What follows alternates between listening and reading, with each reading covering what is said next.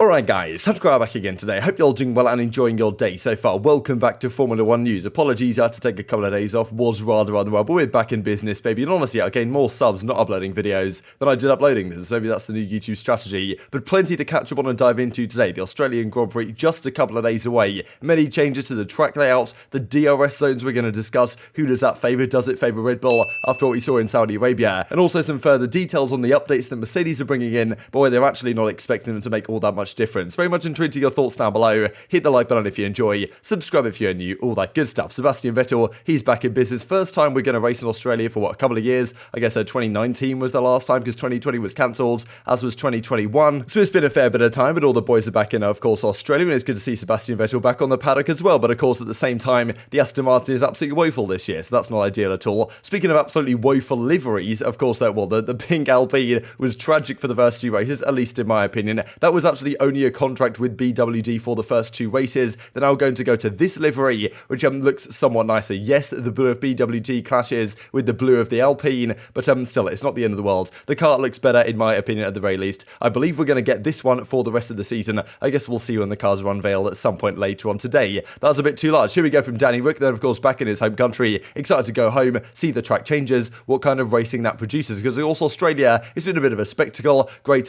country for motorsport, of course, but at the same time, the racing the last few years hasn't been particularly spectacular. So they're making some changes, some quite significant ones at that may favour some teams over some others. Riccardo very happy about it, or at least very excited about it. So these are some of the changes. Of course, some of the, two of the corners have actually been removed. We'll have a look at that here in a second. But generally, a lot of things have changed in terms of making the track somewhat wider. As Albert points out right here, just some images of the track, to be honest, for this weekend. Generally, the corners have got somewhat wider, more space for the newer and wider cars, and hopefully some more space to overtake in some of these corners as well, given it the kind of new back straight which has now been added with the removal of one of the chicanes. One other thing to mention real quick is the pit lane, because now the pit lane looks like this. It's also been widened. I believe the pit lane limiter has now been increased. It used to be 60 kilometers an hour, now it's 80 kilometers an hour, I guess 50 miles an hour. So that's at least some change. It makes, I guess, pit stops slightly quicker, right? Because in previous years, I think they had it slower because the pit lane was a little bit too constricted. Now they've kind of widened it up. So some good changes, I think, on the whole. This is now what the entire circuit looks like. So this is, of course, from Sky Sports, but this is what they've changed to the track. So as we can see, a few of the corners have got wider. Corner 1, turn 3 to 4. You had a widening corner quite significantly, actually 6 to 7 right here. But the main deal really being this back straight, right? Turns 9 and 10 are now gone, and we effectively have a back straight. Yes, it's kind of a curved back straight, almost like Jeddah in a way. But now 9 and 10 are gone. No more chicane here. Of course, really, there wasn't much opportunity to overtake on this track, really. Yes, okay, the pit straight and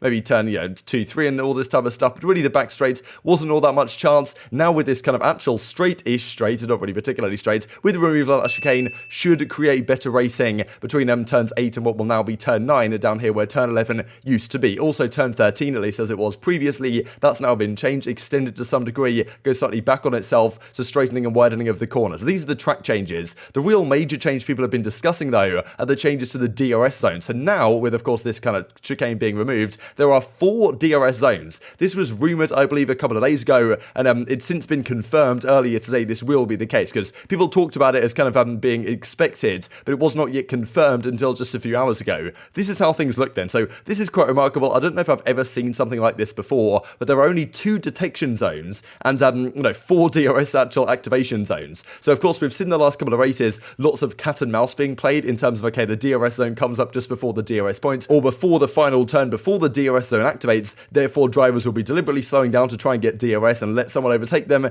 as of course Leclerc was doing a fair bit of Verstappen to get them back on the next DRS zone. Here that's not really a problem because just the way it works, the DRS zones or the DRS detection points are on completely the other side of the track, but there's 2 activation points for just 1 DRS zone. So really interesting stuff. The first detection point is up here between turn 6 and 7. If you are within a second at this point, you will get DRS down the back straight, and then again between turns 10 and 11. So rather interesting. If you could possibly make a pass between turns 8 and 9 on this kind of back straight, even though it's a curve, then you'd still get DRS between turns 10 and 11. You'd be able to pull away and make sure you don't get overtaken again, I guess, back, because there's no re-DRS activation zone, you could argue going into turn 10 or something. So very interesting. Now, of course, the same thing happens between the kind of pit straight here and between turns 2 and 3, the detection point over here, and then you get it again. So it should create for some very, close racing in theory, right? Let's say you're within a second at this point, you get DRS twice to keep up with the guy ahead. Then very soon after this final DRS zone ends, you just go around 2 more corners and you get another detection zone if you're within a second there, you get another double dose of DRS down the next couple of straights. So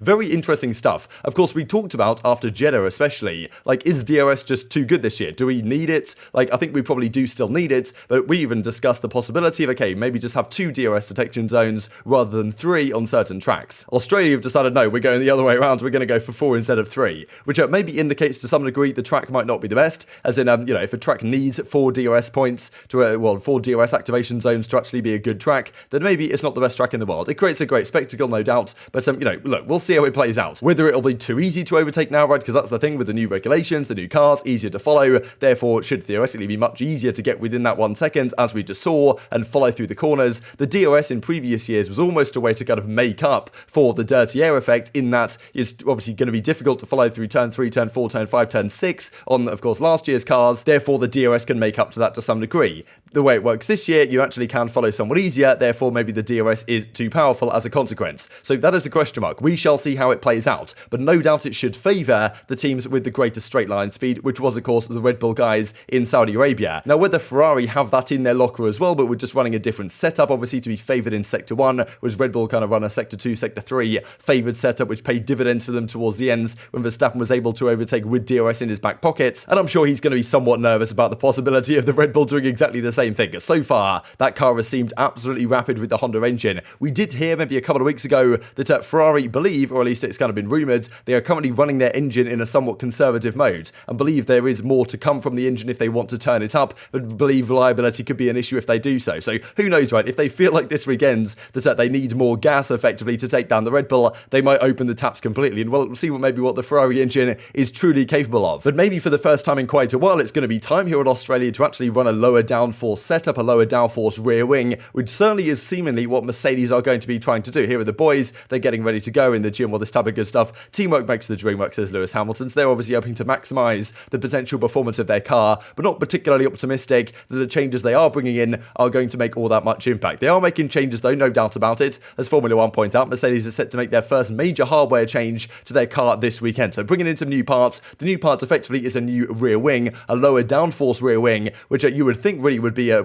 more preferable in Jeddah to the setup in Australia, but maybe with the new changes, it can be somewhat better than some might theorise at the very least. So this is what they're up to. They're bringing in an all-new rear wing, it seems, at the very least, and possibly some accompanying changes to the flooring. So of course, really the problem is for them, the porpoising is out of control a lot of the time. Therefore, to deal with the porpoising, they have to raise the ride height of the car. The problem with doing that is, it reduces your downforce, but it also increases your drag potentially because your car's running slightly higher. Therefore, to compensate this, you might want to have a lower downforce rear wing to try and maintain some of the straight line speeds, but they really didn't have any lower downforce rear wings because they were expecting the porpoising not to be a problem in the simulations, and therefore they didn't have the parts ready. So that is seemingly is what they've come up with. They're going to bring in a lower downforce rear wing. Of course, the long-term solution here, which I think they're going to try and bring in from Imola, is probably a complete redesign of the floor so that the aerodynamics don't work such that the car porpoises anymore. So that's going to be the kind of big pressure moment for them, whether that actually worked in reality. As the article describes, the wing used in Jeddah was indeed a lower downforce wing than was in use in Saudi Arabia, or used in Bahrain, sorry, but it was not ready in time for the first race, and it was, they had kind of one in the works for Jeddah, but it was still in the manufacturing process, right, with the double header that went down. There was a nice graphic here actually comparing I believe these were the Jeddah wings that were used by both Mercedes and Red Bull respectively, and you can see this kind of front section of the wing here, much larger on the Mercedes car, despite the fact that the back of the wing looks to be somewhat smaller. Still, the overall a downforce generated by the wing was much lower on the Red Bull, right, which led to the kind of those higher top speeds, especially with the DRS activation as well. So definitely something for Mercedes to think about. It might prove something of an upgrade, but the team doesn't seem particularly confident it's going to be a major step in the right direction, because George Russell goes on to say here to Racing News 365, basically says, look, I think it'll be very similar, to be honest. Don't see any reason why we will make any strides forward.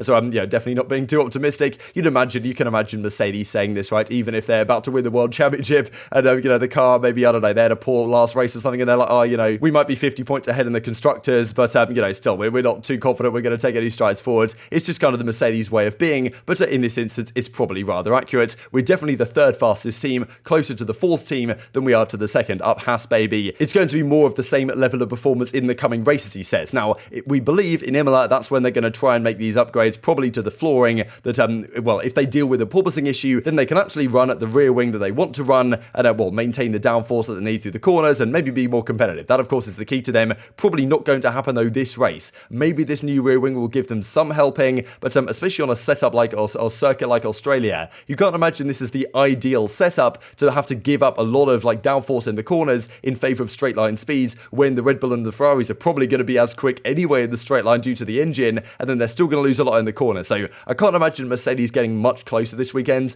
Maybe they reduce the gap to like half a second per lap as opposed to, 0.8, 0.9 that it's been in Jeddah, for example. But, still, they're not particularly optimistic. Wolf reckons as well Mercedes will not have a magic fix for Melbourne. Goes on to say right here, like, we're in a learning race. The first 2 weekends have shown that we still have plenty to learn. At the moment, our track performance is not meeting our own expectations. Everyone at Brackley, Brixworth, focus on understanding the problems, finding the right solutions. There won't be a magic fix for the next race weekends. We're pushing to steadily bring it back, all this type of stuff. But they don't believe it's going to turn around their problems, just, tally-ho, and off you go, sunshine. But the pressure's on them to fix things sooner rather than later, because, look, the time is ticking at the end of the day. Whatever upgrades they do bring in have to have some effectiveness, because Red Bull and Ferrari aren't just going to sit there and not do any upgrades of their own, right? So they need to figure things out quickly if they want really any chance to compete this season. We'll see if they get any closer this upcoming weekend in Australia, especially with the track changes. Probably should favour Red Bull, though, over Ferrari, based on the evidence we saw so far. And just to mention this actually as well, pretty incredible statistics, really, since 2012, when, Mercedes have pretty much dominated this track, at least in qualifying. I believe at one point they won 3 years in a row, but Hamilton's actually been on pole for each of the last 6 times that the racing has gone to Australia. Very unlikely to repeat this time around. He's only actually converted that victory once back in 2015. Some other issues and, poor starts and unfortunate engine stuff, I think has costed him a few of the other races. But Hamilton, the last 6 years in a row, has got pole. Mercedes will have to pull something very special out of the bag to make that happen this weekend. But very much intrigued to your thoughts in the comment section below. Hope you guys enjoyed. Hit the like button if you did. Subscribe if you're new as always. Take care of yourselves, and I will see you next time.